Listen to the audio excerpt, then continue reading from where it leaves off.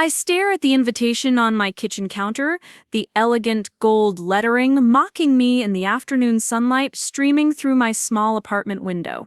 Jessica and David Mitchell request the pleasure of your company at their 5th anniversary celebration. The pleasure of my company? What a joke. My sister Jessica hadn't spoken to me in 3 months, not since the incident at Mom's birthday dinner where I dared to mention my job at Cedar Falls Memorial Hospital in front of her military wife friends. Before we jump back in, tell us where you're tuning in from, and if this story touches you, make sure you're subscribed, because tomorrow I've saved something extra special for you. The invitation arrived yesterday, addressed in my mother's handwriting, not Jessica's. Even this small gesture of inclusion came filtered through someone else. I flipped the card over, searching for any personal note, any sign that my younger sister actually wants me there. Nothing. Just the printed details about cocktails and dinner at the Cedar Falls Community Center, the same venue where we celebrated our high school graduations a decade apart. My phone buzzes against the laminate countertop. A text from Mom appears on the cracked screen of my 3-year-old device. Emma, you're coming Saturday night, right? Jessica is so excited to celebrate with family. The lie sits heavy in the digital text. Jessica hasn't been excited about anything involving me since she married David Mitchell 2 years after their first wedding and fully embraced her role as a distinguished military wife. I pour lukewarm coffee from the pot I made 6 hours ago, before my shift at the hospital laboratory. The bitter liquid matches my mood as I consider my options. Stay home and give Jessica exactly what she wants, my absence from her perfect celebration. Or show up and endure another evening of being introduced as Emma. She works at the hospital while Jessica basks in the respect that comes with being married to a decorated Army officer. The decision shouldn't be this complicated. Family is family, right? But Jessica has made it clear that my presence brings down the social standing she's worked so hard to cultivate in Cedar Falls. My apartment above Murphy's used books doesn't exactly scream success to the wives of Fort Harrison officers. My second-hand clothes from the thrift store on Maple Street don't photograph well next to her designer dresses. My single status at 32 raises uncomfortable questions about my priorities and choices. 3 years ago, when I first moved back to Cedar Falls, Jessica and I grabbed lunch at the Golden Diner like we used to in high school. She peppered me with questions about my plans, my career, my romantic prospects. When I mentioned I was applying for the medical technician position at the hospital, her expression shifted almost imperceptibly. "That's nice," she said, stirring sugar into her coffee. "It's important to have steady work." The dismissal in her tone surprised me then. Now I recognize it as the beginning of a pattern. David joined our family dinners shortly after that lunch. A tall man with precise posture and an easy smile, he charmed my parents immediately. Dad, who'd never served in the military himself, hung on every story about life at Fort Harrison. Mom fussed over David's dietary restrictions and preferences like he was visiting royalty. Jessica glowed beside him, transformed from my sometimes insecure little sister into a confident woman who spoke knowledgeably about military protocols and base politics. I tried to find my place in this new family dynamic. During one dinner, I mentioned a challenging case I'd worked on at the hospital, a complex blood analysis that helped diagnose a rare condition. Dad nodded politely but quickly steered the conversation back to David's recent promotion to staff sergeant. Jessica's eyes glazed over entirely. My professional accomplishments, it seemed, couldn't compete with military achievements. The exclusion became more obvious as Jessica embraced her identity as an Army wife. She joined the family readiness group, volunteered for base fundraisers, and hosted dinner parties for David's colleagues and their spouses. These events, held at their suburban ranch house in Willowbrook subdivision, never included invitations for me. "It's mostly military families," she explained when I asked about one gathering I'd heard about from Mom. "You wouldn't really fit in with the conversation." But it wasn't just social events. Jessica stopped calling to check in, stopped responding to my texts with more than polite acknowledgments. When I suggested we plan a sister's weekend like we used to, she claimed her schedule was packed with military family obligations. The woman who once called me her best friend now treated me like a distant acquaintance whose presence might embarrass her in front of people who mattered. The breaking point came during Mom's 62nd birthday dinner at Riverside Park. Jessica had organized the celebration, inviting several of her military spouse friends to join our family gathering. I arrived straight from a particularly difficult shift at the hospital, still wearing my scrubs because I hadn't had time to change. Jessica's friend Karen made a comment about how hard it must be to work such physical jobs, with a tone that suggested pity rather than respect. Emma's very dedicated mom jumped in, trying to smooth over the awkward moment. She works so hard at the hospital. In the lab, I clarified, wanting to correct any misunderstanding about my role. I'm a medical technician specializing in hematology and chemistry analysis. Last week I caught a rare blood disorder that 3 doctors had missed. The early detection probably saved the patient's life. The table fell silent. David nodded respectfully, but Jessica's face flushed red. Karen changed the subject to base housing renovations, and the conversation moved on as if I hadn't spoken. Later, as we cleaned up, Jessica pulled me aside with unusual force. "Did you have to make it about you?" she hissed, glancing toward her friends who were chatting with David near the picnic tables. "This was Mom's birthday. Not a chance for you to show off about your job." "Show off?" The accusation stung. I was just explaining what I do when someone seemed confused. "You always do this, Emma. You have to be the center of attention, make everyone uncomfortable with your intensity." She gestured vaguely at my appearance, my scrubs, my unwashed hair pulled back in a practical ponytail. "Some of us are trying to maintain relationships here." The conversation ended there, but something fundamental shifted between us. Jessica stopped pretending that my exclusion from her life was accidental. She simply stopped trying to include me at all. Now, 3 months later, this anniversary invitation feels like a test. Show up and prove I can behave appropriately in her elevated social circle, or stay away and confirm her narrative that I don't belong in her new life. Either way, I lose. I finish my cold coffee and check the time on the microwave clock. 4:30 on a Thursday afternoon. Jessica's party is Saturday night, less than 48 hours away. I need to make a decision, but more than that, I need to understand how my relationship with my sister deteriorated so completely. We used to share everything, support each other through difficult times, celebrate each other's successes. Now she acts like my very existence is a source of shame. My laptop sits open on the small dining table where I usually eat my solitary meals.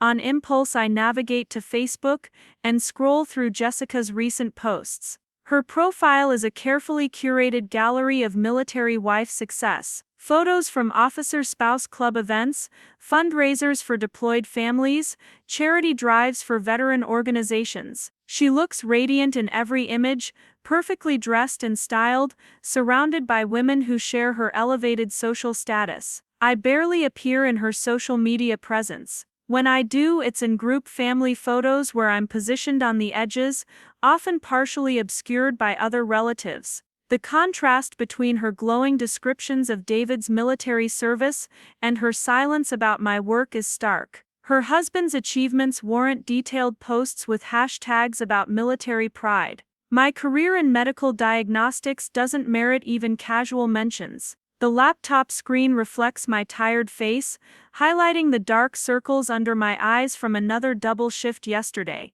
When did I become someone worth hiding? When did my accomplishments become embarrassments? I close the browser and lean back in my second-hand chair, staring at the ceiling of my small apartment. My phone rings, startling me from my brooding. Rachel Barnes' name appears on the display. My college roommate turned successful attorney. She's one of the few people who still calls regularly despite my social isolation. "Emma, how are you holding up?" Rachel's voice carries the warmth that made us instant friends freshman year. I was thinking. Preparing and narrating this story took us a lot of time, so if you are enjoying it, subscribe to our channel. It means a lot to us. Now back to the story. Thinking about our conversation last week about Jessica, still debating whether to show up to her anniversary party. I admit grateful for someone who remembers what our relationship used to be like. Part of me wants to prove I can fit into her world, but honestly, Rachel, I'm not sure why I should have to. Because you miss your sister, Rachel says gently.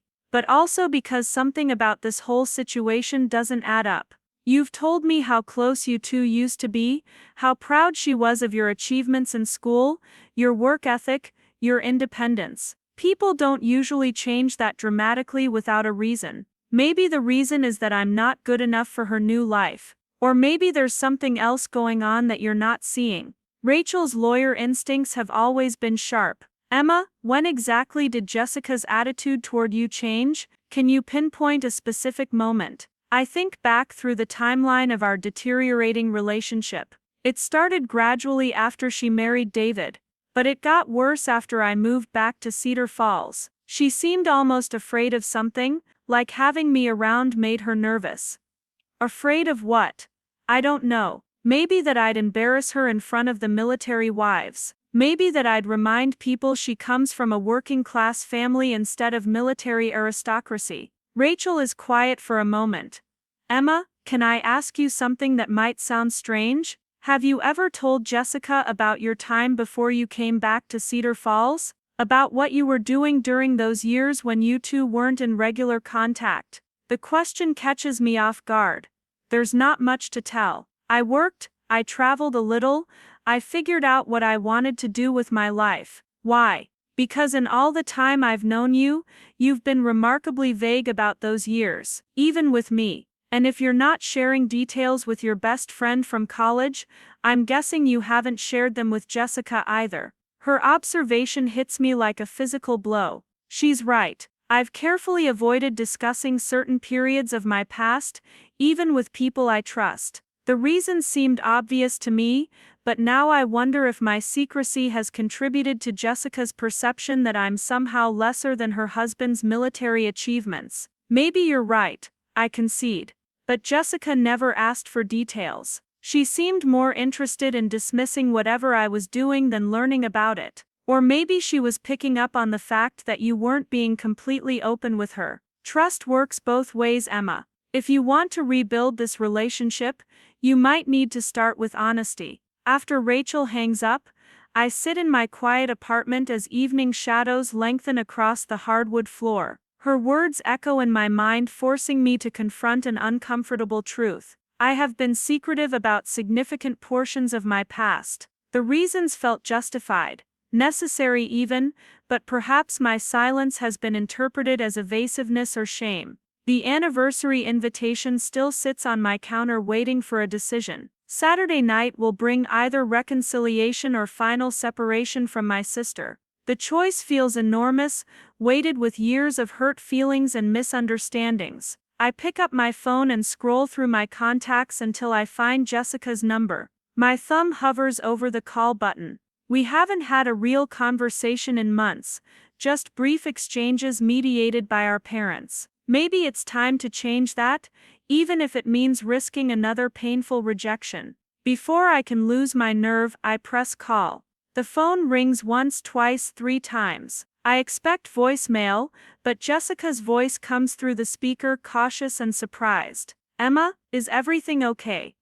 Hi Jess, I got your invitation to the anniversary party. A pause. Mom said she'd make sure you received it. I want to come. I want to celebrate with you and David. But I feel like we need to talk first. Really talk. Not just exchange pleasantries at family dinners. Another pause, longer this time. I can hear voices in the background, probably David and some of their military friends. Jessica's new world, the one where I don't quite fit. Emma, I'm actually hosting a dinner party right now. Can we discuss this another time? The dismissal stings, but I push forward. When? When can we discuss it? Because it feels like you've been avoiding me for months and I don't understand why. I haven't been avoiding you. Her tone grows defensive. I've been busy. Military families have a lot of obligations you wouldn't understand.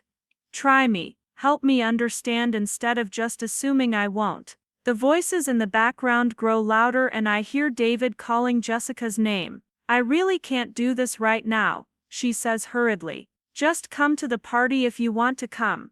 We'll figure everything else out later." The line goes dead.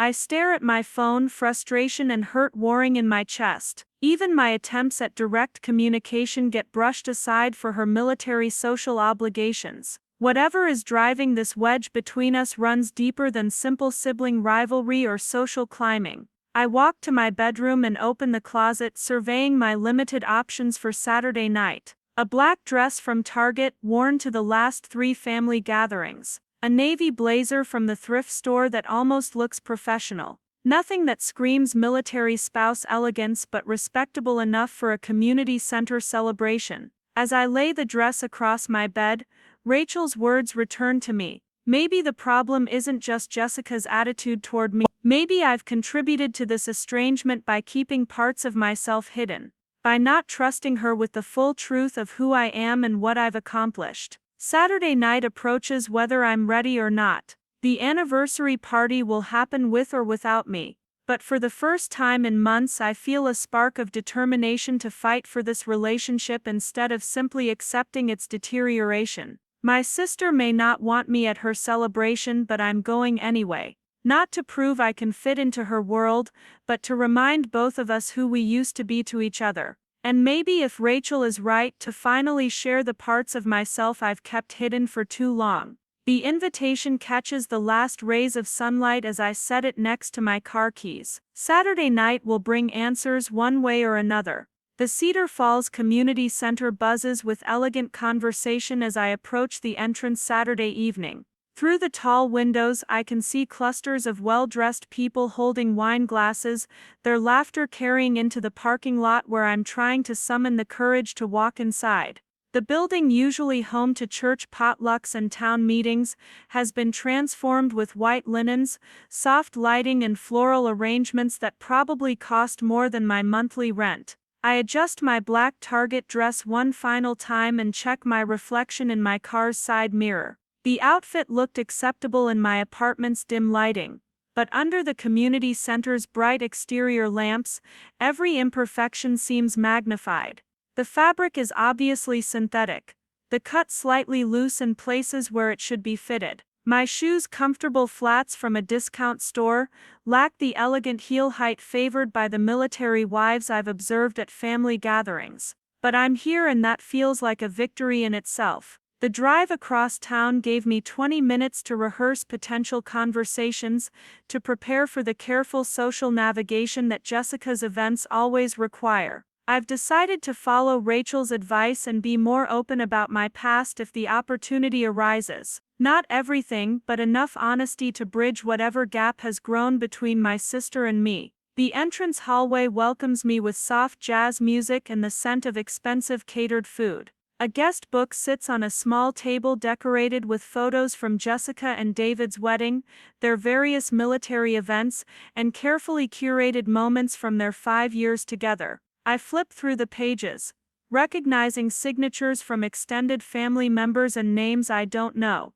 Presumably David's military colleagues and their spouses. "Emma, you made it." Mom appears beside me in a navy dress that's obviously new, her hair styled more elaborately than usual. She pulls me into a hug that feels both relieved and worried. "You look lovely, sweetheart. Jessica will be so happy you're here." I doubt Jessica's happiness but smile anyway.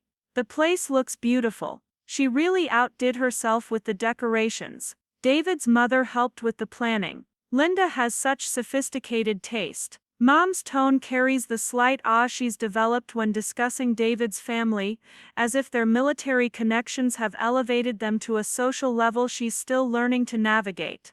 "Come, let me introduce you to some people." Before I can object, Mom guides me into the main reception area where about 60 people mingle in small groups. The room showcases the clear social hierarchy of military life. Officers and their spouses occupy the central spaces, their posture confident and voices carrying the easy authority of people accustomed to respect. Lower-ranking enlisted personnel and their families cluster toward the edges, still included but obviously aware of their place in the social order. Jessica stands near the head table with David, resplendent in a wine-colored dress that probably cost more than my car payment. Her hair is professionally styled in an elaborate updo, her makeup flawless, her smile radiant as she accepts congratulations from a group of older women who must be senior officers' wives. This is Jessica in her element. The military wife role she's perfected over 5 years of marriage. David looks impressive in his dress uniform, the array of ribbons and insignia speaking to achievements I don't fully understand but can recognize as significant. He's talking with a group of men whose posture and bearing suggest senior military leadership. Even in this social setting, the deference shown to certain individuals makes their rank obvious. Emma, Aunt Carol spots me first, waving me over to where several family members have gathered. "We weren't sure you'd make it. How's work at the hospital?" "Busy but rewarding," I reply. Accepting hugs from Uncle Mark and several cousins I see only at major family events. "The lab has been especially challenging lately with some complex cases." "That must be so interesting," says my cousin Jennifer, who works as a teacher in the next town over. "I always wondered what goes on behind the scenes in medical testing." Before I can elaborate, the conversation shifts as David's father approaches our group. James Mitchell carries himself with the bearing of a career military man. His gray hair cut in a precise style that speaks to decades of regulation grooming standards. Even in civilian clothes, he projects authority and expects attention when he speaks. Family members, good to see everyone celebrating with David and Jessica. His voice carries the clipped precision of someone accustomed to giving orders and having them followed immediately. This is quite a gathering. David has some very distinguished colleagues here tonight. Uncle Mark nods respectfully. "We're proud to be part of the celebration." David's achievements reflect well on the whole family. Indeed, military service teaches values that benefit everyone associated with it. James's gaze sweeps over our group, assessing each of us with the practiced eye of someone who sizes up people for a living. When his attention reaches me, I feel the weight of evaluation. "Emma, isn't it? You work at the local hospital?" "Yes, sir. I'm a medical technician in the laboratory. Civilian medical field. Steady work, good benefits, I'm sure." His tone suggests polite acknowledgement rather than genuine interest. "Important to have reliable employment." The dismissal stings, especially delivered in front of my extended family. I force a smile and nod, unwilling to create tension at Jessica's celebration. But the interaction reinforces everything I've observed about the social dynamics surrounding David's military career. Civilian achievements, no matter how skilled or meaningful, occupy a lower tier in this hierarchy. "Emma's being modest," Jennifer interjects. "Bless her. She was telling us about complex medical cases she's been working on. It sounds fascinating." James nods politely, but his attention has already moved on to Uncle Mark's questions about base operations and military benefits. The conversation flows around military topics that exclude me, not through deliberate intent, but through the natural gravitation towards subjects that interest the majority of participants. I excuse myself to visit the bar, hoping to find a quiet moment to observe the social dynamics before attempting to approach Jessica. The bartender, a young man who clearly works these community center events regularly, pours me a glass of white wine and offers a sympathetic smile. "Not much of a military crowd person?" he asks quietly, having apparently observed my somewhat awkward navigation of the room. "Just trying to fit in at my sister's celebration, I admit. Different world than I'm used to. I work a lot of these military events. They can be intimidating if you're not part of that culture. Very protocol-oriented, lots of unspoken rules about respect and hierarchy." His observation proves accurate as I watch the party dynamics unfold. Conversations flow along predictable lines, with senior officers holding court while junior personnel wait for appropriate moments to contribute. Spouses mirror their husbands' ranks in subtle but noticeable ways, with colonels' wives commanding more attention and deference than sergeants' wives. Jessica moves through these social layers with practiced ease, her interactions carefully calibrated to show appropriate respect to senior officers while maintaining warm friendliness with peers. She's mastered the military spouse role completely, transforming from the spontaneous, sometimes rebellious sister I grew up with into someone who understands exactly where she fits in this structured social world. The transformation isn't necessarily negative. Jessica appears confident, respected, secure in her identity and place within this community. But watching her navigate these relationships, I can see how my presence might feel disruptive to the careful balance she's achieved. My civilian background, my lack of understanding about military protocols, my tendency to speak directly about my work without considering social hierarchies, all of these factors could potentially embarrass her in front of people whose opinions matter to her social standing. Emma, there you are. David approaches the bar with a genuine smile that reminds me why my parents were immediately charmed by him. Despite the formal military bearing, he possesses a warmth that makes people feel welcomed and valued. I'm so glad you could make it tonight. Organizing people and events, I say, remembering Jessica's leadership roles in high school clubs and community theater. It sounds like she's found her calling. David nods enthusiastically. She really has. Military life suits her perfectly. The structure, the sense of purpose, the tight-knit community, it's everything she wanted in life. Something in his phrasing catches my attention. Everything she wanted, as opposed to what she had before. Oh, just civilian life in general. You know how it is, people kind of floating without clear purpose or direction, not really connected to something bigger than themselves. David's tone remains friendly, but his words sting with their casual dismissal of non-military existence. Jessica always said she felt like she was meant for something more meaningful than just regular jobs and ordinary life. The comment lands like a physical blow. Regular jobs and ordinary life. Is that how Jessica has characterized her family's background to David and his military circle? Are my parents' working-class careers and my hospital position embarrassing reminders of the life she's risen above? Before I can respond, a commanding voice cuts through the party chatter. Staff Sergeant Mitchell, could I steal you for a moment? A tall man in an impeccably tailored uniform approaches, his bearing and the deference David immediately shows indicating senior rank. I'd like you to meet Colonel Richardson from the Pentagon.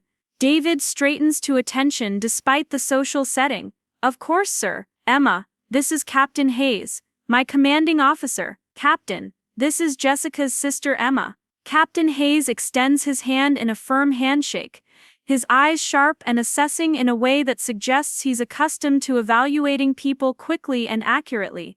He's probably in his early 40s, with graying temples and the lean build of someone who maintains military fitness standards religiously. His uniform displays an impressive array of ribbons and insignia that speak to extensive combat experience and career achievement. Pleasure to meet you, Emma. David speaks very highly of Jessica's family. His tone is polite but professional, the voice of someone accustomed to social obligations that come with rank. I understand you work in the medical field? Yes, sir. I'm a laboratory technician at Cedar Falls Memorial Hospital. Captain Hayes nods politely, his attention already shifting toward the more important business of introducing David to the Pentagon colonel. But something in his expression changes as he looks at me more closely. A flicker of recognition or confusion that he quickly masks with professional composure. Medical laboratory work, that's valuable civilian service. He pauses, still studying my face with an intensity that makes me uncomfortable. Have we met before? You look familiar.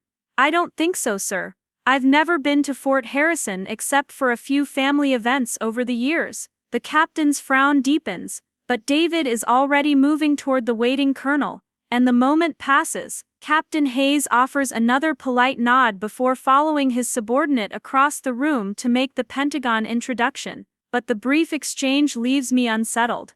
Something about Captain Hayes's reaction suggested more than casual social interaction. The way he looked at me felt like recognition rather than polite small talk, as if he knew something about me that I hadn't revealed in our conversation. I finish my wine and decide to attempt approaching Jessica before the evening grows later. She's holding court near the gift table with several military wives, their conversation animated as they discuss upcoming base events and deployment schedules. As I approach, their voices lower slightly, the subtle shift in dynamics that occurs when an outsider joins an established group. Emma, you made it. Jessica's smile is bright but doesn't quite reach her eyes. Ladies, this is my sister Emma. Emma, these are my friends from the Spouse Club, Karen, Michelle, and Susan. The women offer polite greetings, their assessment of my appearance and social value swift and practiced. I can see them cataloging details: my discount store dress, my lack of military spouse jewelry, my obvious unfamiliarity with their social protocols. Not hostile, exactly, but measuring me against their community standards and finding me somewhat lacking. Emma works at the hospital, Jessica continues, her tone carrying the same dismissive note I've come to recognize. She's always been very dedicated to her career. Medical work is so important, says Karen, the same woman who made the pitying comment about physical jobs at Mom's birthday dinner. It must be rewarding to help people, even if it's not as structured as military life. The comparison stings, especially delivered with a smile that suggests sympathetic concern rather than deliberate insult. These women have mastered the art of subtle social hierarchy, making their superiority clear while maintaining plausible deniability about any intent to wound. The work is quite complex, actually, I reply, trying to keep my voice level. Laboratory diagnostics require extensive training and precision. Last month, I identified a rare blood disorder that had been misdiagnosed by multiple physicians. The early detection probably saved the patient's life. Michelle nods politely. That's wonderful. It must be nice to have such a practical career. Practical. Another dismissal disguised as compliment. I glance at Jessica, hoping for some sign of support or pride in my accomplishments, but her expression remains carefully neutral. She's not defending me, but she's also not joining the subtle attacks, just maintaining the social balance that keeps her positioned favorably within this group. The conversation moves on to topics that exclude me: upcoming deployment schedules, base housing policies, family readiness group fundraisers. I listen politely, occasionally asking questions that reveal my ignorance of military protocols and terminology. Each gap in my knowledge reinforces my outsider status and, by extension, Jessica's elevated position as someone who belongs in this world. After 15 minutes of increasingly awkward social navigation, I excuse myself to visit the restroom. The hallway provides blessed quiet after the careful performance required in the main reception area. I lean against the wall for a moment, gathering strength for the remainder of the evening. The restroom door opens and Jessica emerges, having apparently followed me down the hallway. For the first time tonight, we're alone together, away from the social obligations and audience that have shaped every interaction. Thank you for coming, she says, but her tone suggests duty rather than genuine gratitude. I know this isn't really your scene. I came because I wanted to celebrate with you, Jess, because despite everything that's happened between us, you're still my sister. Jessica's careful composure cracks slightly. Everything that's happened? What do you mean by that? The distance between us, the way you've been treating me like an embarrassment, the fact that we barely speak unless Mom forces it. The words come out more emotional than I intended. Months of hurt feelings finally finding voice. I haven't been treating you like an embarrassment, but Jessica's defensive tone suggests she knows exactly what I'm talking about. I've just been busy with military life. You don't understand the obligations that come with being an Army wife. Then help me understand. Talk to me instead of shutting me out. We used to share everything, Jess. Now I feel like a stranger in my own family. Jessica looks away, her carefully applied makeup unable to hide the stress lines around her eyes. It's complicated, Emma. My life now requires certain standards, social expectations that I have to maintain, standards that I don't meet. That's not what I said, but it's what you meant. The hurt in my voice is unmistakable now. My job isn't good enough. My clothes aren't right. My civilian life makes you look bad in front of your military friends. You're being dramatic, but Jessica's protests lack conviction. It's not about you personally. It's about fitting in with a community that has specific values and expectations. Values that exclude your own sister. Jessica's face flushes. Values that prioritize service to country, sacrifice for something larger than yourself, commitment to duty and honor. Things that civilian life doesn't always understand or appreciate. The accusation hits like a slap. Are you saying I don't understand service or sacrifice? That my work helping diagnose diseases and save lives doesn't count as serving something larger than myself? That's not the same thing, and you know it. How is it not the same thing? Jessica struggles for words, her military wife persona clashing with the sister I used to know. Because it's just a job, Emma. It's not a calling, not a commitment to defend your country and protect American values. It's just practical work. There's that word again, practical. As if dedication to healing and helping others lacks the noble purpose of military service. As if my years of training, my skill at saving lives through accurate diagnosis, my commitment to excellence in medical care somehow falls short of meaningful contribution to society. Just a job, I repeat quietly. Is that really what you think of what I do? Jessica's silence provides the answer. In her world, in the military community she's embraced so completely, civilian careers occupy a lesser tier of respect and recognition. My accomplishments, no matter how skilled or impactful, cannot compete with the honor and prestige of military service. I should get back to the party, she says finally. David's captain wanted to introduce me to some senior officers' wives. She walks away, leaving me alone in the hallway, with the crushing realization that our relationship may be irreparably damaged. The sister who once cheered my academic achievements and career ambitions now views my life's work as inadequate compared to her husband's military service. I return to the reception, but the remainder of the evening passes in a blur of polite conversations and careful social navigation. The military hierarchy asserts itself in countless subtle ways, making clear that some people matter more than others, some achievements deserve more recognition, some contributions to society merit greater respect. As the party winds down, I say my goodbyes to family members and prepare to leave. The evening that I'd hoped might bridge the gap between Jessica and me has only widened it further. Her new identity as a military wife has apparently required rejecting the family background and civilian values that shaped our childhood. I'm walking toward the exit when Captain Hayes appears beside me, his expression serious and somewhat troubled. Emma, could I speak with you for a moment? Privately, something in his tone suggests this isn't casual social courtesy. I follow him to a quiet corner of the hallway, away from the departing guests and cleanup activity. I've been trying to place where I know you from, he says without preamble. The name Emma Thompson, combined with your appearance, it's been nagging at me all evening. My heart begins to race for reasons I can't immediately identify. I'm sorry, Captain, but I don't think we've met before tonight. No, not met exactly, but I've seen your name and photo in official reports. His eyes narrow as he studies my face. Medical laboratory work isn't your only experience in service fields, is it? The question sends ice through my veins. This is the conversation I've been avoiding for 3 years, the revelation I've carefully hidden from everyone in Cedar Falls, including my family. Captain Hayes has somehow connected me to a past I've worked hard to keep buried. I'm not sure what you're referring to, sir.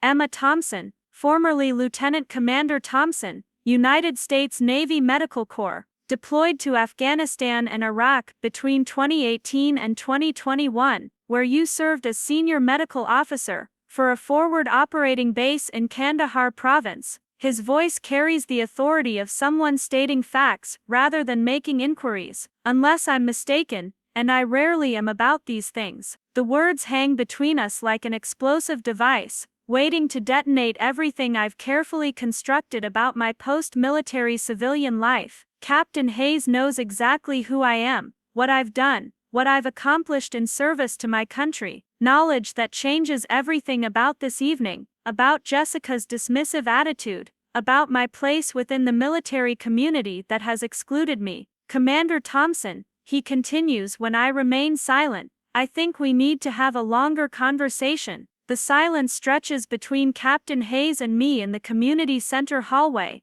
as departing guests filter past us toward the exit. My mind races through possible responses, each one feeling inadequate against the weight of his recognition. 3 years of carefully constructed civilian identity crumbles in the face of his military precision and memory for detail. I think there's been some confusion, Captain. I finally manage, my voice steadier than I expected given the panic coursing through my system. I'm just a medical technician at the local hospital. Captain Hayes studies me with the practiced assessment of someone who has spent decades evaluating personnel under pressure. His expression remains professionally neutral, but I can see the certainty in his eyes. He knows exactly who I am, what I've accomplished, and probably why I'm trying to hide it. Commander Thompson, with respect, I've read your service record multiple times over the past 3 years. Your medical innovations in battlefield trauma care saved dozens of lives during your deployment to Kandahar province. Your research on rapid blood loss assessment in combat conditions became standard protocol across all forward operating bases. His voice carries the matter-of-fact tone of someone reciting documented achievements. Unless you have an identical twin who happened to serve in the Navy Medical Corps, I'm quite certain of your identity.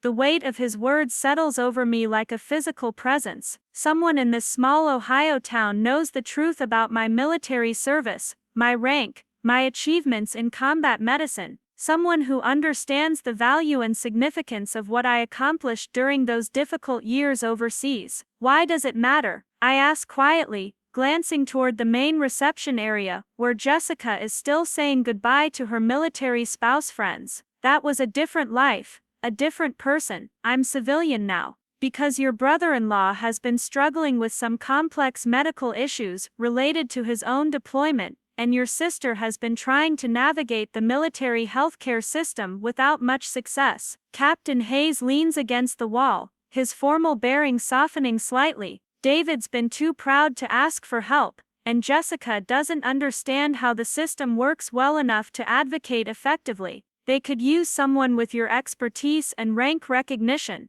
The revelation catches me completely off guard. David has medical issues from his deployment. Jessica has been struggling with military healthcare bureaucracy. Neither of them mentioned any health problems during our limited family interactions, but then again, our conversations rarely moved beyond surface pleasantries. What kind of medical issues? My professional instincts override the personal awkwardness of the situation. Whatever complaints I might have about Jessica's treatment of me, if David is dealing with service-related health problems, my medical background could potentially help. Captain Hayes glances around to ensure our conversation remains private. Traumatic brain injury from an IED explosion 18 months ago, during his deployment to Syria. The symptoms have been getting worse recently, but the VA system is slow to respond, and the base medical facility has limited resources for complex neurological cases. David's been trying to handle it on his own, but Jessica mentioned to my wife that she's scared about his increasing headaches and memory problems. The information reframes everything I've observed about David during recent family gatherings. His occasionally distant expression, moments when he seemed to lose track of conversations, the way Jessica sometimes stepped in to answer questions directed at him.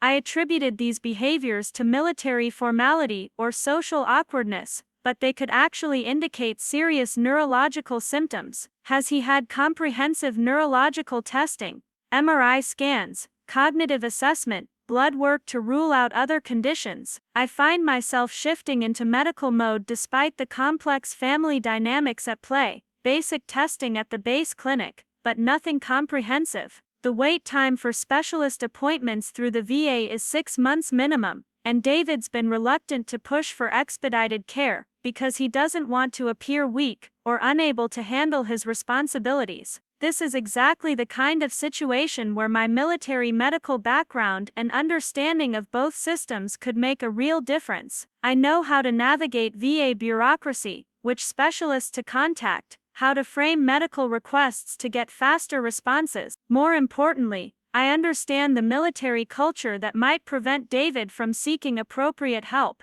Captain, Why are you telling me this? Jessica doesn't even want me at family gatherings, let alone involved in her husband's medical care. Captain Hayes straightened slightly, his expression becoming more formal. Because despite what you might think, Jessica talks about you constantly. She's proud of your medical career, worried about your isolation from the family, and confused about why you've never mentioned your military service. She thinks you look down on military life because you've never shown interest in David's career or the base community. The statement hits me like a physical blow. Jessica thinks I look down on military life. She's proud of my medical career. The disconnect between Captain Hayes's description and my lived experience of Jessica's dismissive attitude seems impossible to reconcile. That's not how she acts toward me. She treats my job like it's insignificant compared to military service. Her friends make comments about civilian work being less meaningful than military duty, because she doesn't know you outrank most of the people in that room tonight, including me. Captain Hayes's voice carries a slight smile now.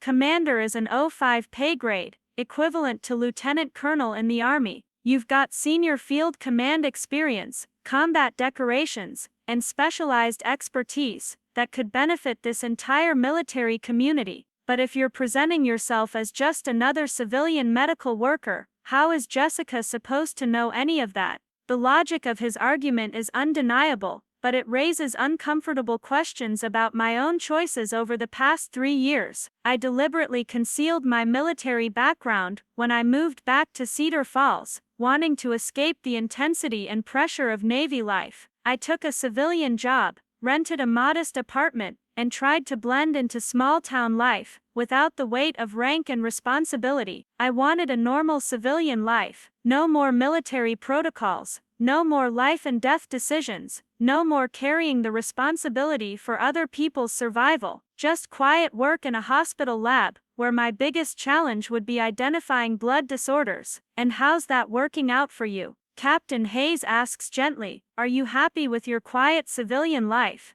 The question forces me to confront truths I've been avoiding for months. The isolation, the feeling of being intellectually underutilized, the growing depression that comes from hiding significant parts of my identity and achievements. My civilian life has been peaceful, but it hasn't been fulfilling in the ways I expected. It's been difficult to adjust sometimes, I admit, but that doesn't mean I want to go back to military life. I'm not suggesting you return to active duty, but completely hiding your service record means you're also hiding your capabilities, your achievements, and your potential to help people who need your expertise. Captain Hayes glances toward the reception area, where David and Jessica are still engaged in conversations with departing guests. Your family needs you, Commander, but they don't even know what you have to offer. The weight of his words settles over me as we stand in the quiet hallway. 3 years of careful civilian identity have protected me from the pressures of military life, but they've also prevented me from being truly useful to the people I care about most. Jessica's dismissive attitude toward my career makes more sense if she genuinely believes I'm just another hospital worker with no understanding of military culture or values.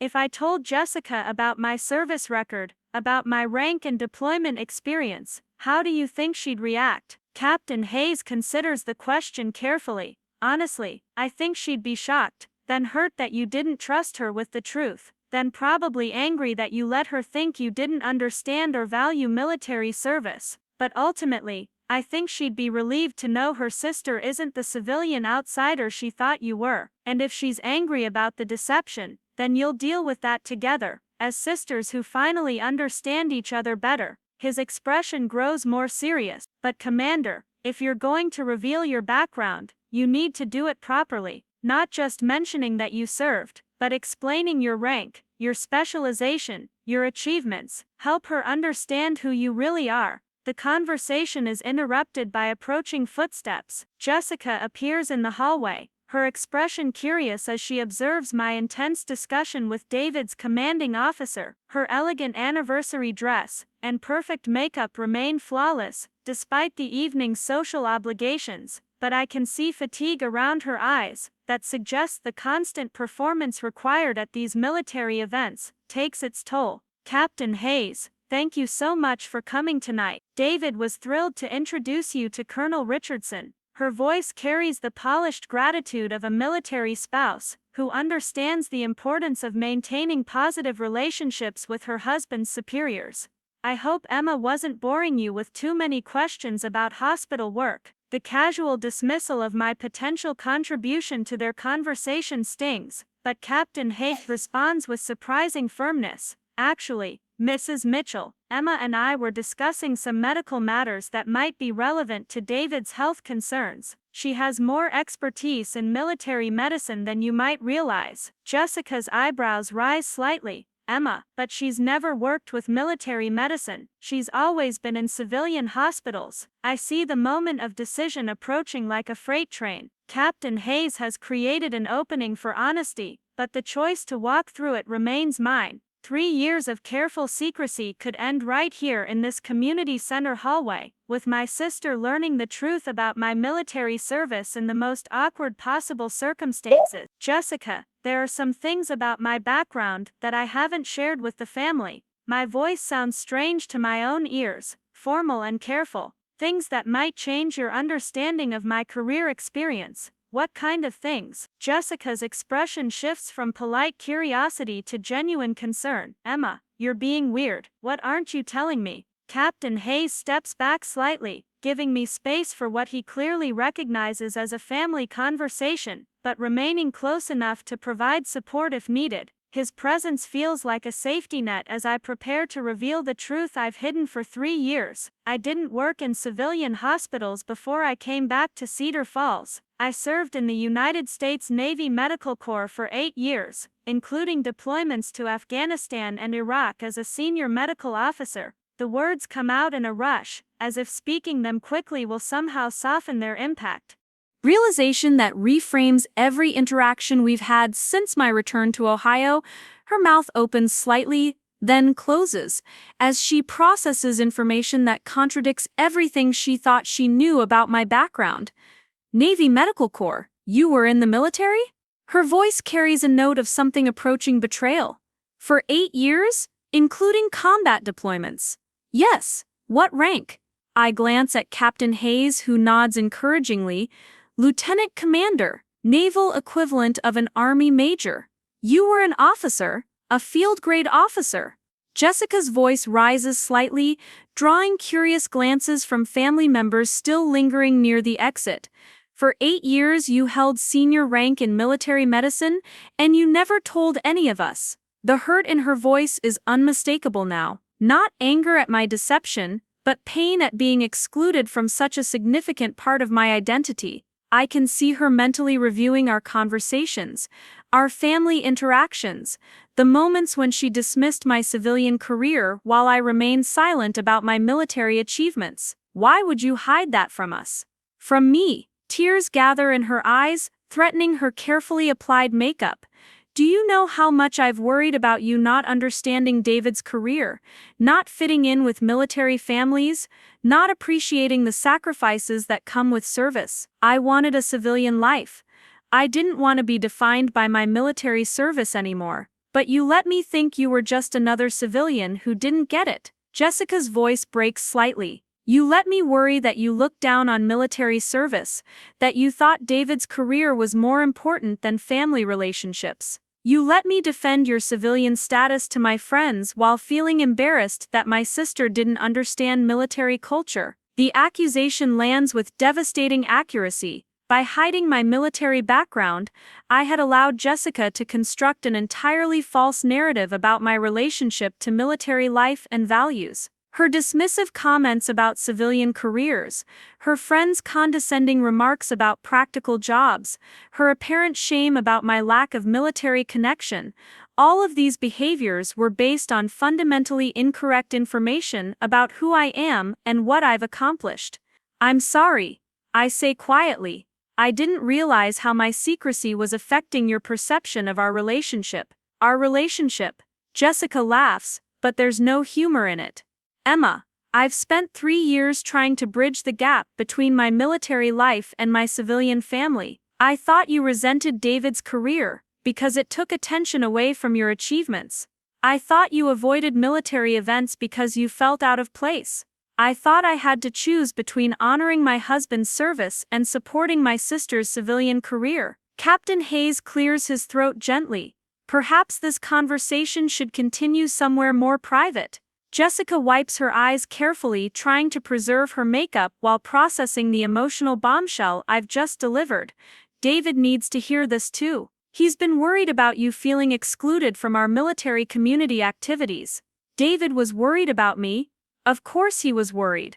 We both were. Your family, Emma. But you seemed so disconnected from the most important part of our lives. Jessica's voice grows stronger as she moves past the initial shock. How could we include you in military spouse activities if we thought you didn't understand or value military service? The question hangs between us as other family members begin to notice our intense conversation. Mom approaches with concern evident on her face, probably worried that Jessica and I are having another argument at her anniversary celebration. Is everything all right, girls? Mom's voice carries the practiced diplomacy of someone who has mediated family disputes for decades. You both look upset. Jessica glances at me, clearly waiting to see how much of this revelation I'm prepared to share with the rest of the family. The decision feels enormous, weighted with years of secrecy and the potential for complete transformation of family dynamics. Mom, Emma just told me something that changes, well, everything. Jessica's voice wavers between hurt and amazement. She's been hiding major parts of her life from all of us. What kind of parts? Mom's concern deepens as she looks between her daughters, probably fearing some terrible confession or family scandal. Captain Hayes steps forward with military precision. Mrs. Thompson, your daughter Emma is a distinguished veteran of the United States Navy Medical Corps. She served with honor in Afghanistan and Iraq, achieving the rank of lieutenant commander and earning recognition for innovative trauma care procedures that saved numerous lives. Mom's face goes blank with shock. She stares at me as if seeing a stranger, her mouth opening and closing without producing sound. The transformation in her expression mirrors Jessica's earlier reaction, disbelief giving way to confused hurt. Emma, is this true? The weight of 3 years of deception presses down on me as I face my mother's questioning gaze. Behind her, I can see Dad approaching with Uncle Mark and Aunt Carol, drawn by the obvious tension in our group. David appears at Jessica's side, his expression shifting from casual concern to sharp attention as he senses the gravity of whatever revelation is unfolding. Yes, Mom, it's true. I served 8 years in the Navy, including combat deployments as a senior medical officer. I should have told everyone when I moved back to Cedar Falls, but I wanted to leave that life behind and start fresh as a civilian. Dad arrives in time to hear my confession, his weathered face registering the same sequence of shock, confusion, and hurt that has characterized everyone's reaction to this news. Emma, you were in the military for 8 years. With combat service. Naval Medical Officer, Captain Hayes clarifies with professional precision. Lieutenant Commander Thompson's service record includes deployment to a forward operating base in Afghanistan, where her trauma care innovations became standard protocol across multiple combat theaters. She's highly decorated for her medical service under fire. The small group of family members absorbs this information with varying degrees of comprehension. Dad, who has always shown deep respect for military service despite never serving himself, looks at me with something approaching awe. Mom appears bewildered, as if trying to reconcile the daughter she thought she knew with this new information about military rank and combat medicine. Uncle Mark whistles softly. Lieutenant Commander, Emma, that's field-grade officer rank. That's a pretty big deal in military hierarchy. It was a different life, I repeat. But the words sound hollow, even to me now. I wanted to put that behind me when I came home. Jessica's eyes flash with renewed hurt. Put it behind you, Emma. You put us behind you. You made us think we weren't worth trusting with the truth about who you are and what you've accomplished. That wasn't my intention, but it was the result. David speaks for the first time since the revelation began, his voice carrying the authority of someone accustomed to analyzing complex situations quickly. Emma, I've been struggling with some medical issues related to my deployment, and Jessica has been trying to help me navigate the VA system without much success. If we had known about your military medical background and rank recognition, we could have asked for your help months ago. The admission that David has been dealing with deployment-related health issues, while I remained ignorant and unhelpful, adds another layer of guilt to an already overwhelming situation. My decision to hide my military background hasn't just hurt my family's feelings, it has potentially prevented me from helping with serious medical problems. What kind of medical issues? I ask, shifting into the professional mode that has always felt more comfortable than family emotional dynamics, TBI from an IED blast. Increasing headaches, memory problems, difficulty concentrating. The base clinic has been treating it as minor concussion symptoms, but Jessica thinks it's getting worse. My medical training immediately kicks in, recognizing the classic progression of traumatic brain injury symptoms that often worsen over time without proper treatment. This is exactly the kind of case where my military medical experience and understanding of VA bureaucracy could make a significant difference in getting David appropriate care. How long since the initial injury have you had comprehensive neurological testing? MRI with contrast, cognitive function assessment, vestibular evaluation. David's expression lightens as he recognizes someone who understands both his medical condition and the military healthcare system. 18 months since the blast.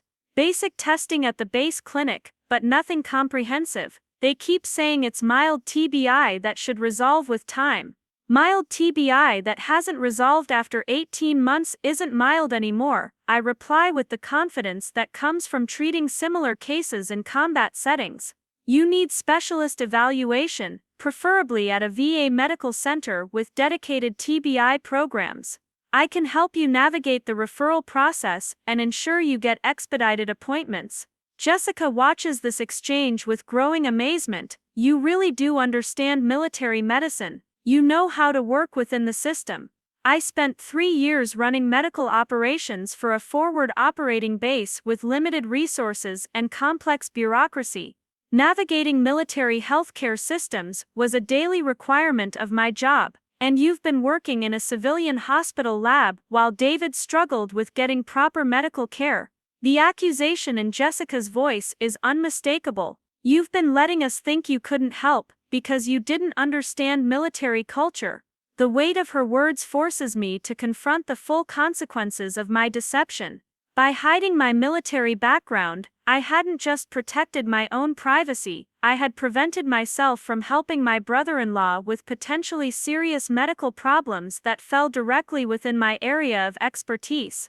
I didn't know David was having health issues. No one told me. Because we didn't think you'd understand or be able to help. Jessica replies with devastating logic. Because we thought you were just another civilian who didn't know how military medicine works. Mom finds her voice finally. Emma, why didn't you trust us with this information? We're your family, we would have been proud of your military service, not judgmental. I wanted to leave that identity behind. Military life was intense, demanding, full of life and death responsibilities. I thought civilian life would be simpler, more peaceful. But you didn't leave it behind, Captain Hayes observes quietly. You just buried it, which isn't the same thing. And in burying it, you also buried your ability to help the people who need your expertise most. The truth of his statement settles over our family group like a blanket of uncomfortable realization. My attempt to escape military life by denying its existence has created problems far beyond my own personal adjustment issues.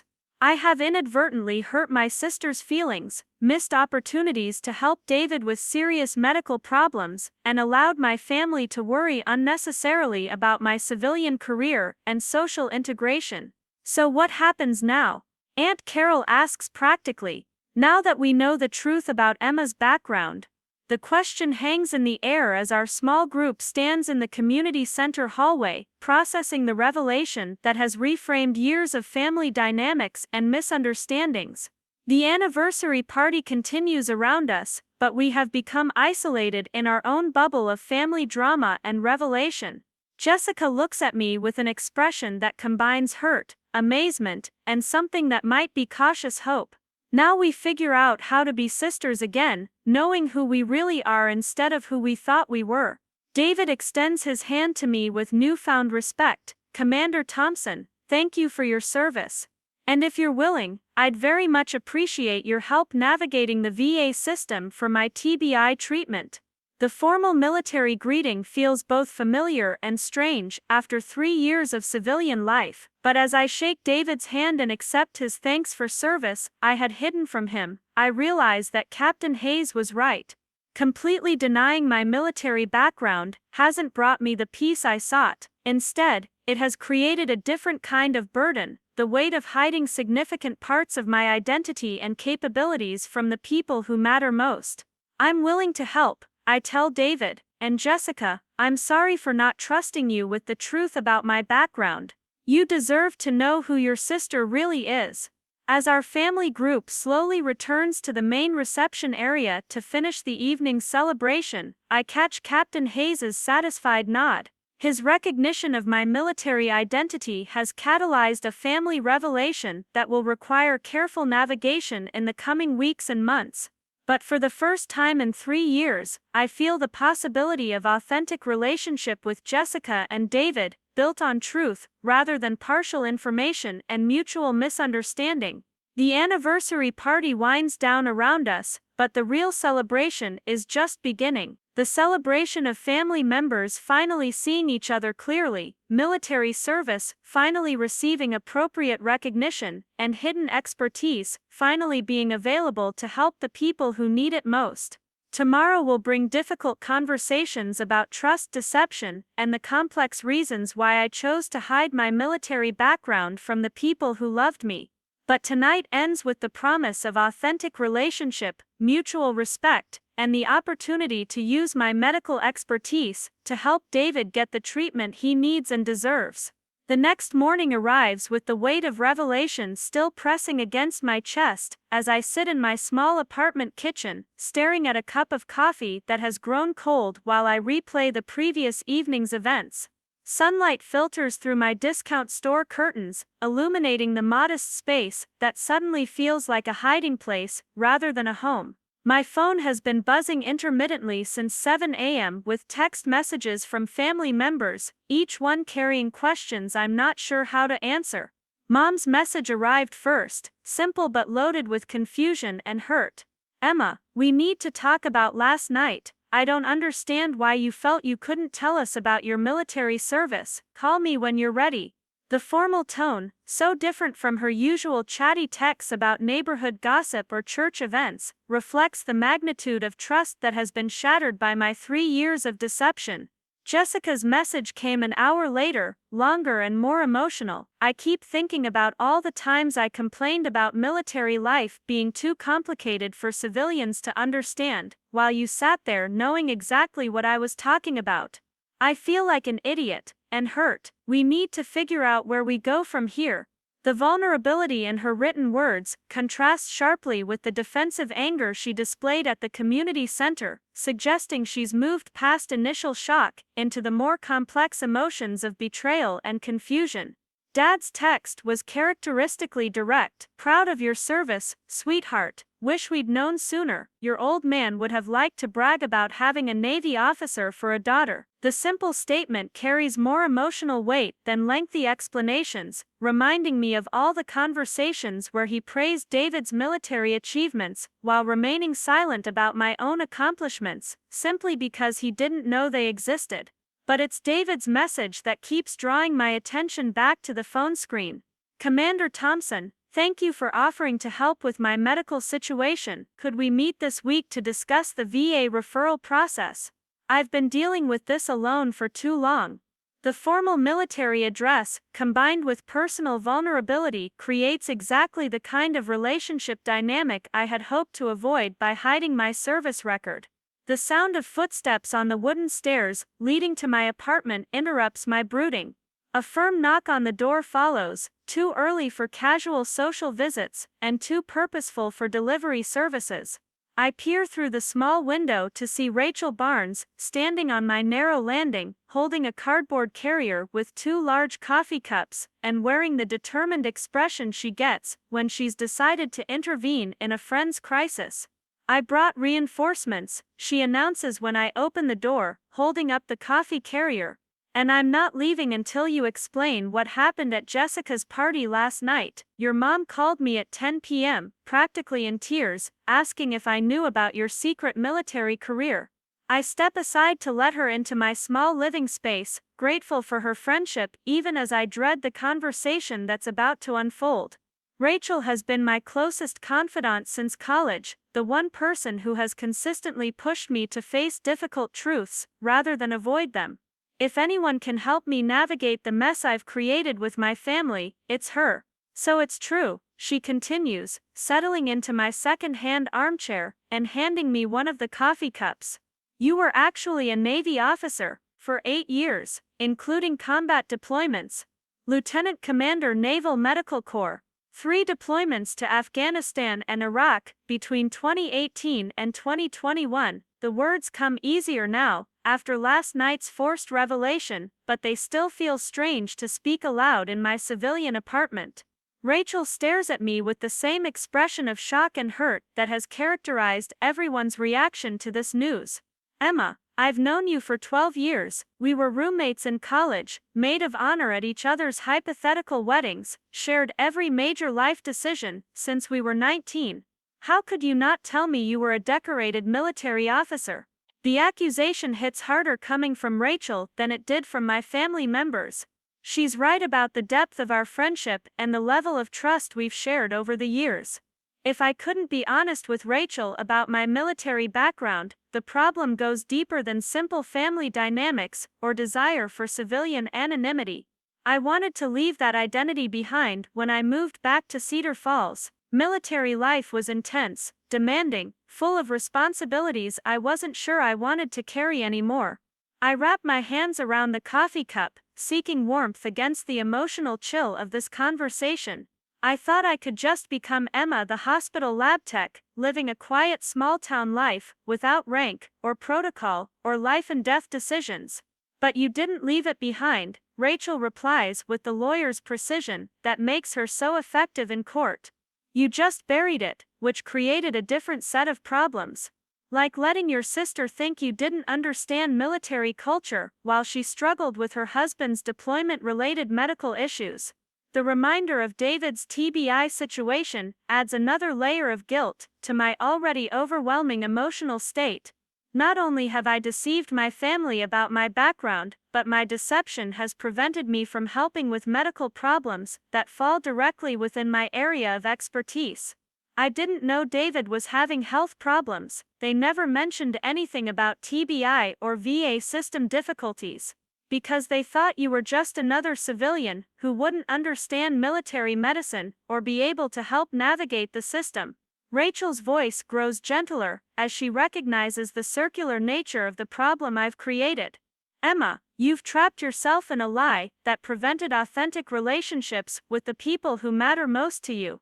The truth of her statement settles over me like a heavy blanket. By hiding my military identity, I hadn't achieved the peaceful civilian life I thought I wanted.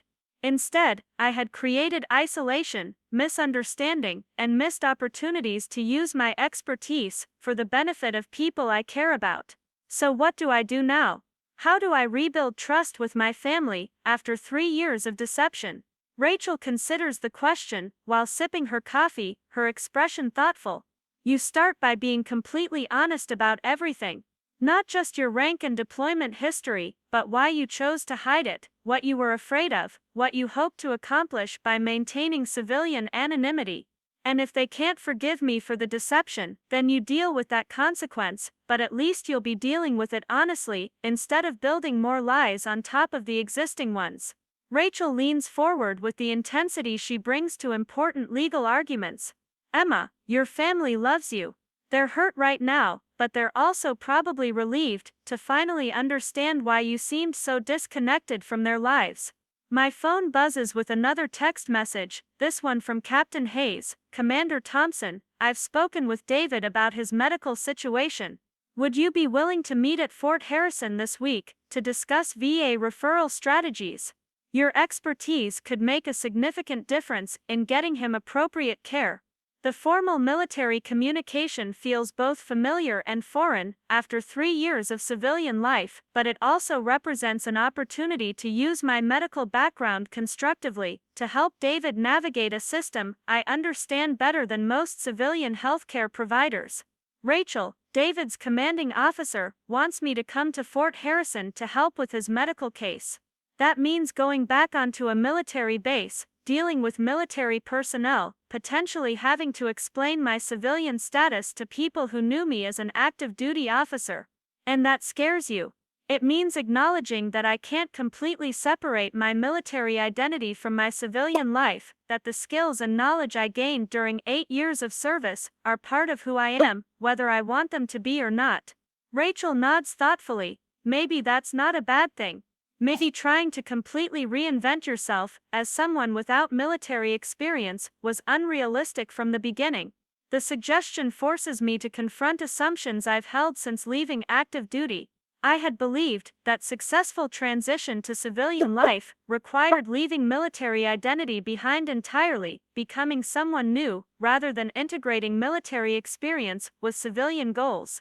But perhaps the integration approach would have been healthier than the complete denial I've practiced for 3 years.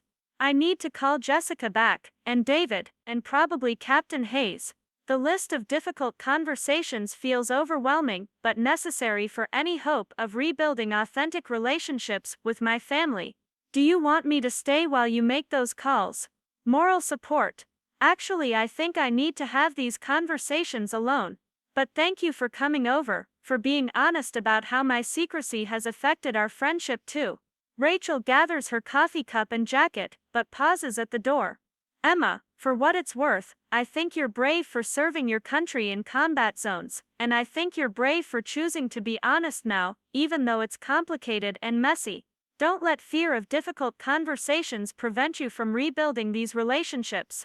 After she leaves, I sit in my quiet apartment and consider the phone calls that need to be made. Jessica deserves a fuller explanation than the brief revelation at her anniversary party. David needs information about VA procedures and specialist referrals. Captain Hayes requires confirmation about my willingness to consult on David's case. But first, I need to call Mom and Dad. They've been the most understanding about my military service revelation, but they also deserve to understand why I chose to hide such a significant part of my life from them. Mom answers on the second ring, her voice carrying the careful tone she uses when she's upset, but trying not to show it.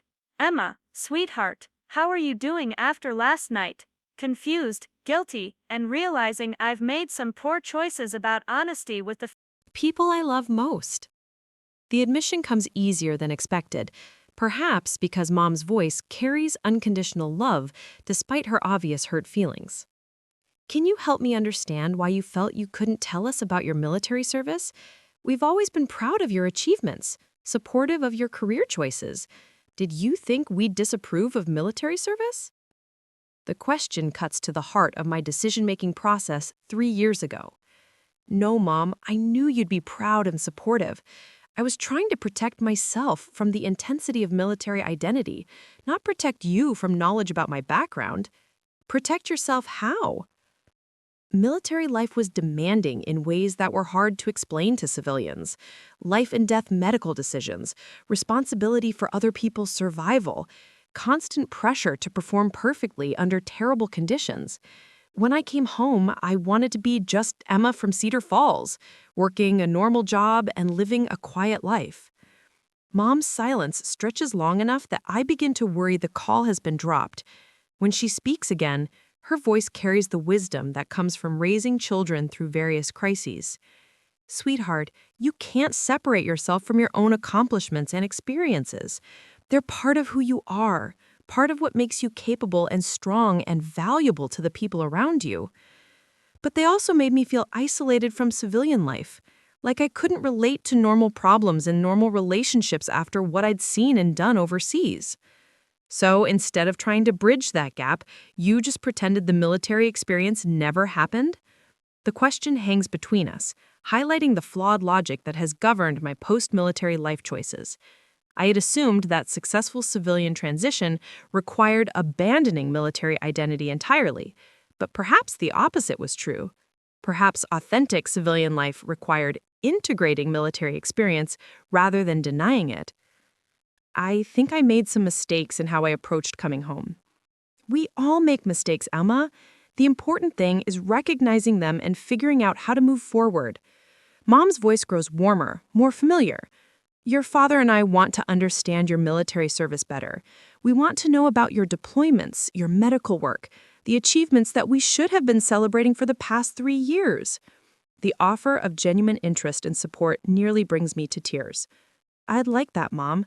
I've missed being able to share important parts of my life with family. And Jessica needs to hear from you too. She's confused and hurt, but she loves you. She wants to understand why you let her think you didn't appreciate military life while she was struggling to help David with his health problems. The reminder of David's TBI situation refocuses my attention on immediate practical concerns. Mom, I need to help David navigate the VA system for his traumatic brain injury treatment. My military medical background gives me expertise that could make a real difference in getting him appropriate care. Then do that, sweetheart. Use your skills to help your family. That's what we do for each other. Medical mode. 18 months ago, IED blast during a convoy operation in Syria. Initial treatment at the field hospital, then basic evaluation at the base clinic when he returned stateside. They classified it as mild TBI and said the symptoms should resolve with time. What symptoms is he experiencing now? Headaches that are getting worse and more frequent, memory problems, especially with recent events, difficulty concentrating during work tasks. Sometimes he seems confused about where he is or what he's supposed to be doing. Jessica's voice wavers as she describes David's condition. I'm scared, Emma. These symptoms seem to be getting worse, not better. My medical training immediately recognizes the progression of symptoms that indicates David's TBI is more serious than the initial classification suggested. Mild traumatic brain injury that hasn't resolved after 18 months often indicates more complex neurological damage that requires specialist intervention. He needs comprehensive neurological evaluation at a VA medical center with dedicated TBI programs. The base clinic isn't equipped to handle complex traumatic brain injury cases. I pull out my phone and begin making notes. I can help you navigate the referral process, contact the right specialists, and ensure he gets expedited appointments. You can really do that? You know how to work within the VA system? I spent 3 years managing medical operations for a forward operating base, where TBI cases were common. I know which doctors to contact, how to frame medical requests for faster responses, and what documentation will get David moved to the front of waiting lists. The confidence in my voice reflects the expertise I've been hiding for 3 years, knowledge that could have been helping David months ago if I had been honest about my background. Jessica stares at me with an expression that combines amazement and frustration. You've had this expertise all along while we've been struggling to get David appropriate medical care? While I've been worried sick about his symptoms getting worse. I'm sorry, I didn't know about his health problems because I didn't know to ask, and you didn't know to tell me because you thought I wouldn't understand or be able to help. It's like we've been living in parallel universes, Jessica says quietly. Me trying to be the perfect military wife while worrying about my civilian sister's lack of understanding. You trying to be the perfect civilian while hiding expertise that could have helped us both. The analogy captures the absurdity of our situation perfectly. We have spent 3 years creating and maintaining false narratives about each other, causing unnecessary stress and missed opportunities for mutual support. So what do we do now, I ask? How do we move forward from here? Jessica considers the question while studying the military family photos that line her kitchen. We start being honest with each other, completely honest, about everything. No more hiding, no more assumptions, no more trying to protect each other from truths we think might be uncomfortable. And David's medical situation. You help us get him the care he needs, using your military medical expertise and system knowledge. Then we figure out how to be a family again. knowing who we really are instead of who we thought we were. The conversation continues for another hour as Jessica and I begin the complex process of rebuilding our relationship on a foundation of truth rather than mutual deception. We discuss David's medical needs, my reasons for hiding my military background, and the family dynamics that led to our mutual misunderstanding. By the time I leave Jessica's house, we have developed a plan for addressing David's TBI treatment and begun the emotional work of repairing our sisterly relationship. The road ahead will require more difficult conversations, medical appointments, and family discussions about trust and honesty. But for the first time in 3 years, I feel the possibility of authentic relationship with my sister and brother-in-law. The possibility of using my medical expertise to help people I care about, rather than hiding it in service of a civilian identity that never felt completely genuine. That afternoon, I make 2 more phone calls that will determine the next phase of this unexpected transformation. First, I call Captain Hayes to confirm my willingness to consult on David's medical case and arrange a meeting at Fort Harrison.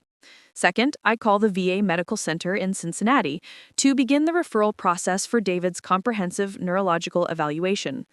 Both conversations require me to identify myself as Lieutenant Commander Thompson, Naval Medical Corps, retired. The words feel both familiar and strange, like putting on a uniform that still fits but hasn't been worn in years. As evening approaches, I sit in my apartment and reflect on the events of the past 24 hours. A simple anniversary party has become a catalyst for family revelation, medical intervention, and personal identity integration that I never anticipated. Tomorrow will bring new challenges as I navigate the delicate balance between civilian life and military expertise, between personal privacy and family transparency. But tonight ends with the promise of authentic relationships, appropriate medical care for David, and the opportunity to finally use my medical military background in service of people I care about, rather than hiding it in service of a civilian identity that never felt completely genuine. 3 weeks later, I stand outside the medical building at Fort Harrison, adjusting my civilian blazer, while soldiers in uniform walk past with the purposeful stride that once characterized my own daily routine. The military base feels both foreign and familiar, like returning to a childhood home that has been redecorated but retains the essential architecture of memory. My visitor's pass hangs from a lanyard around my neck, a visible reminder that I now occupy the space between military and civilian worlds. Captain Hayes had arranged this meeting after David's initial consultation with the VA neurologist, confirmed what my medical assessment had predicted. The traumatic brain injury was far more complex than originally diagnosed, requiring immediate intervention and potentially long-term specialized care. David's symptoms had been progressively worsening because the base clinic lacked the resources and expertise to properly evaluate and treat moderate to severe TBI cases. The neurologist's report, which I had reviewed the previous evening, painted a sobering picture of David's condition: chronic post-concussive syndrome with cognitive impairment, vestibular dysfunction, and chronic pain syndrome, secondary to the original blast injury. Without proper treatment, these symptoms would likely continue deteriorating, potentially ending David's military career and significantly impacting his quality of life. But the report also contained hopeful elements. With appropriate treatment at a specialized TBI clinic, including cognitive rehabilitation therapy, vestibular training, and targeted medication management, David had an excellent prognosis for significant improvement. The key was getting him enrolled in the right programs quickly before further deterioration occurred. My role in securing this comprehensive evaluation had been crucial but complicated. When I called the VA Medical Center in Cincinnati, identifying myself as Lieutenant Commander Thompson, requesting expedited evaluation for a fellow service member, the response was immediate and professional. Military medical personnel understand the importance of rank and combat experience when evaluating requests for specialized care. But the conversation also required explaining my current civilian status, my relationship to the patient, and my willingness to serve as a medical advocate throughout David's treatment process. The VA system is designed to serve veterans and active duty personnel, not their civilian family members, regardless of those family members' military backgrounds. Commander Thompson, thank you for coming in today. Captain Hayes emerges from the medical building, extending his hand in the firm military greeting that has become natural again after 3 weeks of renewed military interaction. Colonel Martinez wants to meet with you before we discuss David's ongoing treatment plan. Colonel Martinez, the base medical commander, represents a level of military authority I haven't interacted with since my own active duty service. Our meeting will determine not only David's access to additional medical resources, but also my own relationship with the military medical community that once defined my professional identity. The colonel's office reflects the sparse functionality that characterizes military leadership spaces. Awards and commendations line one wall, operational maps cover another, and his desk displays the organized efficiency of someone accustomed to making rapid decisions under pressure. Colonel Martinez himself appears to be in his late 40s, with the lean build and alert bearing of a career military officer who has maintained combat readiness throughout his service. Lieutenant Commander Thompson, please sit down. His voice carries the authority of someone accustomed to being obeyed immediately, but also the courtesy that senior officers show to fellow military professionals. Captain Hayes has briefed me on your background and your involvement in Staff Sergeant Mitchell's medical case. Thank you for meeting with me, Colonel. I understand David's situation has become quite complex. Indeed it has. His TBI case requires resources that exceed our base clinic capabilities, but his active duty status complicates his access to specialized VA programs.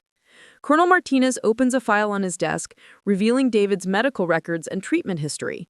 Your intervention was instrumental in getting him proper evaluation, but ongoing treatment coordination will require continued advocacy from someone who understands both military and VA medical systems. The implication hangs between us like an unspoken question. Is I willing to serve as David's long-term medical advocate, navigating between military and civilian healthcare systems to ensure he receives appropriate care? The role would require ongoing involvement with military medical personnel, regular communication with VA specialists, and potentially testifying on David's behalf if his case requires review for medical retirement or disability benefits. Colonel, I'm committed to helping David get the medical care he needs, but I want to be clear about my current status. I'm a civilian now, working in a hospital laboratory. I'm not seeking to return to active duty or resume military medical practice. Understood, Commander, but your military medical background and understanding of TBI treatment protocols make you uniquely qualified to serve as David's patient advocate. This wouldn't require resuming military status, but it would involve ongoing interaction with military medical personnel and VA specialists.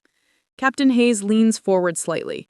Commander, we've also had inquiries from other base families about TBI advocacy services. Your success with David's case has generated interest from spouses and family members who are struggling with similar VA navigation challenges. The suggestion catches me off guard. Not only am I being asked to continue advocating for David, but potentially to help other military families navigate the complex intersection of military and VA medical systems. The role would represent a formal acknowledgement of my military medical expertise while allowing me to maintain civilian status. How many other families are dealing with similar issues? At least 6 that we know of currently, probably more who haven't sought help yet. Colonel Martinez consults another file. TBI cases from Iraq and Afghanistan deployments, complicated by delayed diagnosis, inadequate initial treatment, and bureaucratic delays in accessing appropriate specialists. The scope of the problem becomes clear as we discussed the specific cases. Military families struggling with complex medical conditions, VA bureaucracy that moves slowly despite urgent medical needs, and base medical facilities that lack resources for specialized care. Each case represents a service member and family dealing with challenges I understand intimately from both medical and personal perspectives. What exactly would this advocacy role involve? Case review and assessment, communication with VA specialists, assistance with medical appeals when necessary, and education for military families about navigating both systems effectively. Colonel Martinez's tone becomes more informal as he shifts from official briefing to genuine consultation. Essentially, you'd serve as a bridge between military families and civilian medical resources, using your expertise to ensure service members get appropriate care. The opportunity represents exactly the kind of meaningful work I had hoped to find when I left active duty, using my military medical background to help people, but without the intensity and pressure of combat medicine or the bureaucratic constraints of active duty service. A chance to integrate my military expertise with civilian life in ways that benefit both communities. I'd be interested in exploring this further, but I'd need to understand the time commitment and how it would interface with my current civilian job. Part-time consulting basis, flexible schedule, compensation through a VA contract for patient advocacy services. Captain Hayes provides the practical details with military efficiency. Maintain your civilian employment while providing specialized consultation for complex military medical cases. Before I can respond, my phone buzzes with a text message from Jessica. David's appointment went really well. The specialist thinks he'll make significant improvement with proper treatment. Thank you for making this possible. The message reminds me of the personal stakes involved in this decision, the family relationships that have been strengthened through honest communication about my military background. I'd like to accept the advocacy position, Colonel, with the understanding that David's case remains my primary focus and other cases would be secondary responsibilities. Excellent. Captain Hayes will coordinate the paperwork and introduce you to the other families who could benefit from your assistance. Colonel Martinez stands, signaling the conclusion of our meeting. Commander, your willingness to continue serving military families, even in civilian capacity, reflects the best traditions of military medicine. The formal military praise feels both familiar and strange after 3 years of civilian anonymity. But unlike my previous attempts to escape military identity entirely, this acknowledgement feels appropriate and earned rather than burdensome. After leaving the colonel's office, Captain Hayes and I walk across the base toward the Family Services building where David and Jessica are waiting to discuss his ongoing treatment plan. The afternoon sun illuminates the organized activity of military life, soldiers and civilians working together in the structured environment that once defined my daily existence. Commander, can I ask you something personal? Captain Hayes' tone shifts to genuine curiosity rather than official business. Why did you choose to hide your military background when you moved back to Cedar Falls? Most veterans are proud to maintain connection with military communities. The question forces me to articulate thoughts I've been processing over the past 3 weeks of renewed military interaction. I thought civilian life would be simpler and more peaceful if I completely left military identity behind. I was tired of the intensity, the responsibility, the constant pressure of military medicine.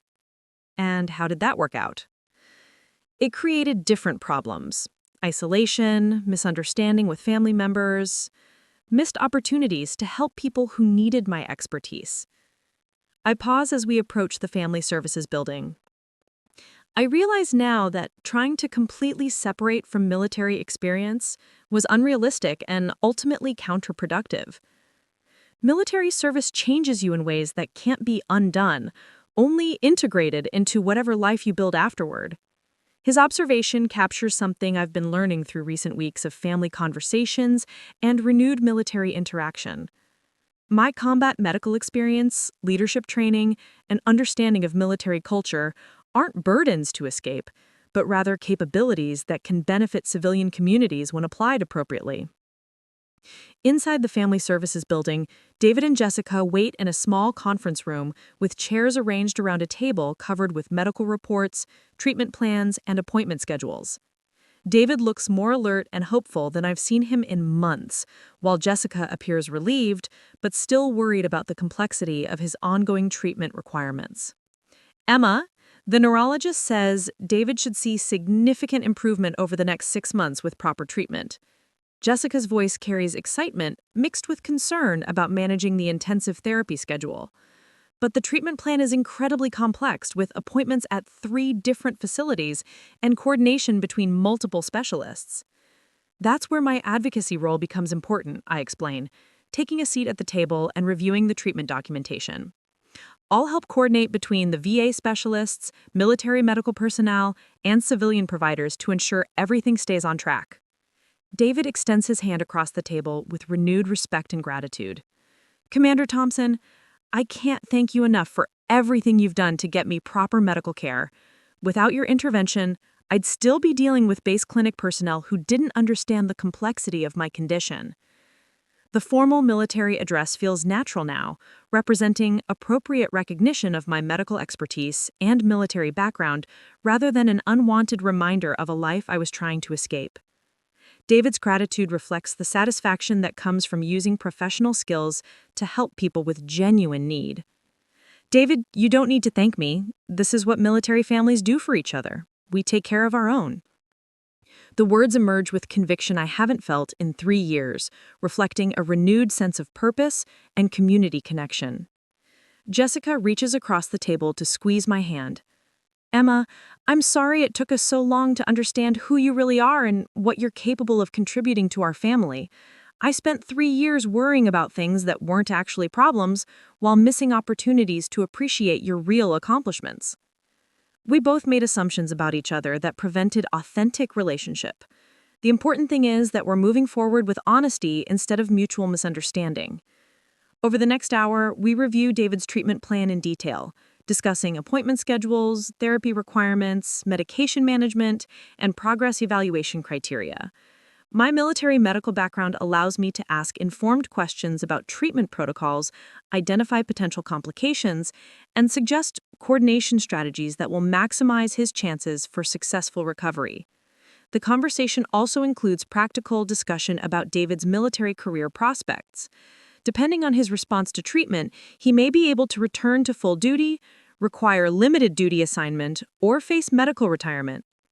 Each possibility requires different preparation and advocacy, including potential disability benefits applications and transition planning.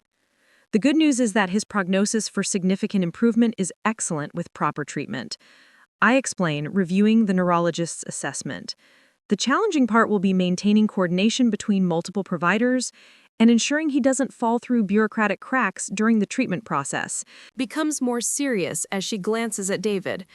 We want to host a family dinner this weekend to properly celebrate your military service. Mom and Dad, the aunts and uncles, everyone who should have been honoring your achievements for the past 3 years. The suggestion both touches and intimidates me. A family celebration of my military service would represent complete integration of my military identity with civilian family relationships, acknowledging achievements that had been hidden for 3 years while demonstrating family pride in my accomplishments. Jessica, you don't need to make a big production out of this. The important thing is that we understand each other better now. Emma, you earned recognition for distinguished military service, including combat medical achievements that saved lives under fire. Our family should have been celebrating those accomplishments all along. David's voice carries the conviction of someone who understands the significance of military decorations and combat service. You deserve proper recognition from the people who love you most. The prospect of family celebration focused on my military achievements feels overwhelming after 3 years of hiding that identity, but it also represents the kind of authentic relationship and mutual recognition I had been missing during my attempts at complete civilian anonymity. All right, but nothing too elaborate. Just family dinner with honest conversation about military service and how it fits into my civilian life now. Perfect! And Emma, thank you again for everything you've done for David and for our family. Having you back in our lives, knowing who you really are, it feels like getting my sister back after years of not really understanding each other. 2 days later, I arrive at my parents' house for the family dinner Jessica organized to celebrate my military service. The familiar surroundings feel different now, weighted with the anticipation of conversations about achievements and experiences I've kept hidden for 3 years. My navy dress uniform hangs in the closet of my childhood bedroom, brought out of storage for the first time since my retirement ceremony. Mom greets me at the door with a hug that feels more emotional than usual. Emma, sweetheart, I'm so proud of you. I wish we had known about your military service sooner, but I'm grateful we know now. The dining room has been set with the good china normally reserved for Christmas and Easter, and Dad has prepared his famous barbecue in honor of what he's calling our family's military hero. The formality feels both touching and slightly overwhelming, representing recognition I had deliberately avoided seeking during my transition to civilian life. Extended family members arrive throughout the afternoon, each one expressing amazement about my military background and pride in achievements they never knew existed. Uncle Mark brings a bottle of wine specifically chosen to honor Navy service, while Aunt Carol presents me with a framed American flag that belonged to her father, my grandfather, who served in World War II. "Emma, I had no idea you were carrying on the family military tradition," Aunt Carol says as she presents the flag. "Grandpa would have been so proud to know his granddaughter served with distinction in combat zones." The connection to family military history adds another layer of meaning to the evening celebration. Rather than being an isolated individual trying to escape military identity, I'm part of a generational tradition of service that deserves recognition and integration with family heritage. When Jessica and David arrive, David is wearing his dress uniform, creating a visual reminder of our shared military identity and mutual respect. The sight of us both in uniform, representing different branches but common service, symbolizes the authentic relationship we've built through honest communication about our military experiences. "Before we eat, I'd like to say something," Dad announces, raising his glass in a toast position. "3 years ago, Emma came home from what we thought was just travel and career exploration. We're proud of the work she's been doing at the hospital, but now we know that was just part of her story." The room falls quiet as family members focus their attention on Dad's words. "Emma served 8 years as a Navy officer, including combat deployments to Afghanistan and Iraq, where she provided medical care under fire and developed innovations that saved countless lives. She achieved the rank of lieutenant commander and earned decorations for valor and medical excellence." The pride in Dad's voice brings tears to my eyes. This is the recognition I had been afraid to seek, worried that family members wouldn't understand the significance of military service or would be overwhelmed by the intensity of combat medical work. We should have been celebrating these achievements for the past 3 years, but we're celebrating them now. To Emma, our family's military hero, and to all the service members whose lives were saved by her medical expertise. The toast is echoed around the room as family members raise their glasses in recognition of military service they never knew existed. The moment represents complete integration of my military identity with family relationships, acknowledging achievements while demonstrating unconditional family support. During dinner, conversation flows naturally between military experiences and civilian life, with family members asking informed questions about deployment challenges, medical innovations, and the transition to civilian career. Rather than feeling overwhelmed by military focus, I experience the relief that comes from authentic communication about significant life experiences. David contributes his own perspective on military medical care, describing how my advocacy had transformed his treatment process and given him hope for full recovery. His testimony reinforces the value of maintaining military medical expertise even in civilian life, demonstrating how those skills can benefit military families who need specialized advocacy. Emma's intervention probably saved my career and definitely improved my quality of life. Without her understanding of military and VA medical systems, I'd still be struggling with inadequate treatment and worsening symptoms. Jessica adds her own perspective on how my honesty about military background had strengthened our sisterly relationship. I spent 3 years thinking Emma didn't understand or value military life, while she was actually hiding expertise that could have been helping military families all along. Now we finally have the authentic relationship we both wanted but couldn't achieve through mutual misunderstanding. As the evening progresses, family members share their own thoughts about military service, civilian careers, and the importance of honesty in family relationships. The conversation reinforces themes of integration rather than separation, suggesting that military experience enhances rather than complicates civilian life when approached with appropriate support and understanding. Mom presents me with a scrapbook she had prepared over the past week, containing family military history, photos from my own service that she had requested from my apartment, and newspaper clippings about military medical innovations. "I want you to have something that shows how your service fits into our family's story," she explains. "Military service is something to be proud of and remembered, not hidden." The gift represents exactly the kind of family recognition and integration I had been afraid to seek, but needed for complete civilian transition. Rather than treating military service as a separate identity to be abandoned, my family is helping me understand it as part of a continuing story that includes both military achievements and civilian contributions. Near the end of the evening, Captain Hayes calls to discuss another military family that could benefit from my patient advocacy services. The timing feels symbolic, representing the ongoing integration of military expertise with civilian life that will characterize my future, rather than the complete separation I had attempted for 3 years. "Commander Thompson, I hope I'm not interrupting family time, but we have an urgent TBI case that requires immediate advocacy assistance. Would you be available to consult tomorrow morning?" "Of course, Captain. I'll be available whenever the family needs assistance." The response comes naturally now, reflecting a renewed sense of military medical purpose combined with civilian flexibility. After ending the call, I explained to my family about the patient advocacy role I've accepted, which allows me to use military medical expertise to help military families while maintaining civilian employment and lifestyle. The arrangement represents exactly the kind of integration I had been seeking, using military background constructively without resuming the intensity of active duty service. "That sounds like the perfect way to use your military experience to help people," Mom observes. "You get to maintain your civilian life while still serving military families who need your expertise."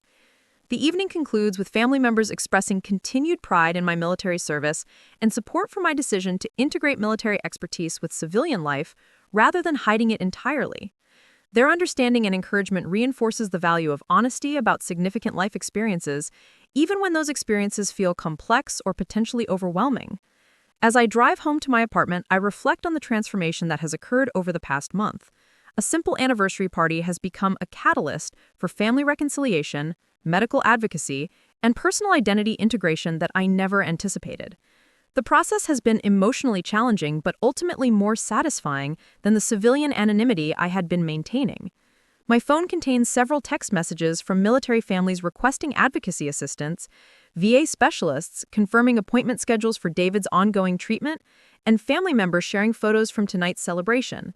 The messages represent the complex but authentic life I'm building, integrating military medical expertise with civilian relationships and community service. Tomorrow will bring new challenges as I navigate patient advocacy responsibilities, maintain civilian employment, and continue building authentic family relationships based on complete honesty about my background and capabilities. But tonight ends with the satisfaction that comes from finally using military medical expertise to help people who need it most, while receiving family recognition for achievements that deserved celebration years ago. The deception that characterized 3 years of my civilian life has been replaced by integration, honesty, and purposeful service that benefits both military and civilian communities. The process has been complicated and emotionally difficult, but ultimately it represents the kind of authentic life that actually leads to peace rather than simply hiding from complexity. 6 months later, I stand in the Cedar Falls Community Center at a ceremony honoring local veterans, wearing my dress uniform while presenting patient advocacy resources to military families throughout Southern Ohio. David stands beside me in his own dress uniform, fully recovered from his TBI and serving as a testament to the importance of proper medical advocacy for service members dealing with complex health conditions. The community center that once hosted Jessica's anniversary party now serves as headquarters for the military family advocacy program we've developed together. Local civilians, active duty personnel, and veterans work together to ensure military families receive appropriate medical care, educational support, and community resources. Jessica introduces me to the assembled crowd with pride and accuracy that was impossible during our years of mutual misunderstanding. My sister, Lieutenant Commander Emma Thompson, distinguished Navy medical officer and current patient advocate for military families dealing with complex medical conditions. The introduction represents complete family integration of my military identity with civilian life, acknowledging achievements while demonstrating how military expertise can benefit entire communities when applied constructively rather than hidden defensively. As I address the gathered military families about available advocacy resources, I see reflected in their faces the same struggles David experienced, the same isolation Jessica felt, and the same desire for authentic community support that I had been seeking through 3 years of civilian anonymity. The work is challenging, requiring constant navigation between military and civilian systems, but it represents exactly the kind of meaningful service I had hoped to find when I left active duty. Using military medical expertise to help people, building authentic family relationships, and contributing to community well-being in ways that integrate rather than separate different aspects of my identity and experience. The program has expanded beyond TBI advocacy to include educational support for military children, employment assistance for military spouses, and community integration resources for transitioning veterans. Each service represents an opportunity to use military background constructively while maintaining civilian flexibility and community connections. After the ceremony concludes, Jessica and I stand together looking at the displays of military family resources, community support programs, and advocacy success stories that fill the community center. The transformation from anniversary party location to military family resource center symbolizes the broader changes that have occurred in our family, relationships, and community involvement.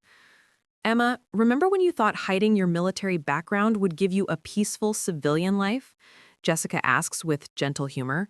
How's this working out instead? The question makes me laugh as I consider the complexity of my current life compared to the quiet hospital laboratory work I had been seeking 3 years ago. Patient advocacy responsibilities, family celebrations of military service, community presentations, ongoing education about military medical systems, and civilian employment that now includes military consultation work.